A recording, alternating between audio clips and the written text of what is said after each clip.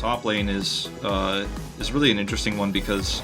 And now we'll see whether the gold card is going to ring true because Vista wants it. In fact, you don't even really need to start it with a gold card. There is so much CC, and they wrap around the Casio, so she can't. I shouldn't call Death Grip. That's a different video game. Close enough.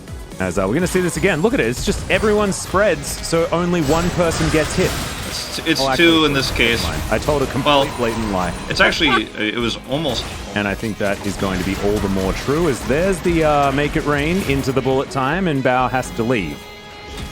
But he's just been spotted the entire time. Yeah. That ward that is yet to be named has managed to spot out exactly where Pyoshik is, and DuDu's just going to wait out the Death Realm as best he can.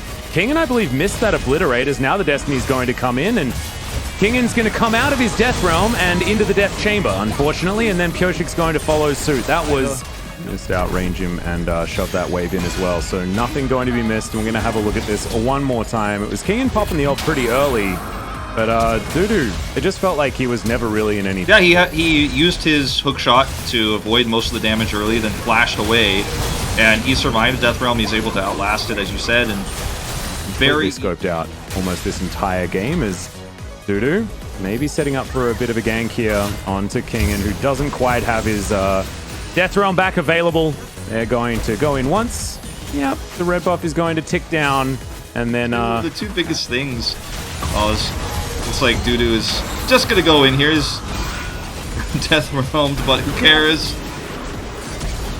Well, now Solkar actually trying to offer some damage back, has already ulted, as now DuDu gets back in. They managed to lock down that kill, but in the meantime, Vista. Of course, we are going to see another aggressive Destiny in here. On to Kingen. And there's no turret here. There's just no way out. I've seen this movie before, Wolf. I've seen it sad before. Ending. It's not good. I think the real selling point here for DRX's comp was supposed to be how safe it was in the top lane. And it just has not been because Kingen made a few small mistakes early on. And Pick might have at least offered some good CC and some late game skilling, but they don't even have that. Oh, Bao! Very, very falling down as in goes DuDu. He's going to take him out.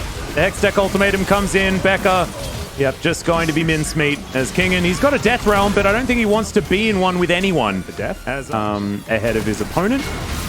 What a year. That was his last year on EDG, I believe. Is Becca going to just have himself a present, but it's not the one he wants. His will going to be well and truly broken as DuDu teleports in. The kickback, though, onto Vista is pretty good, but whether it's going to be actually enough is going to be a huge question here as Def trying to kite out Kingen.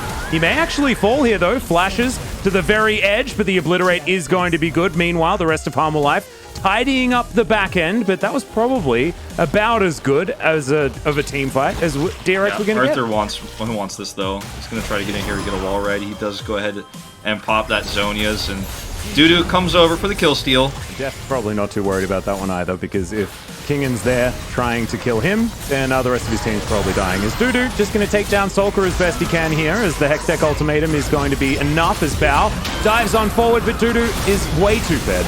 As the Death Realm comes through, Chovy going to spend some time in there. Goes golden, he'll be fine. The cow is dead as the Q is going to connect, but unfortunately...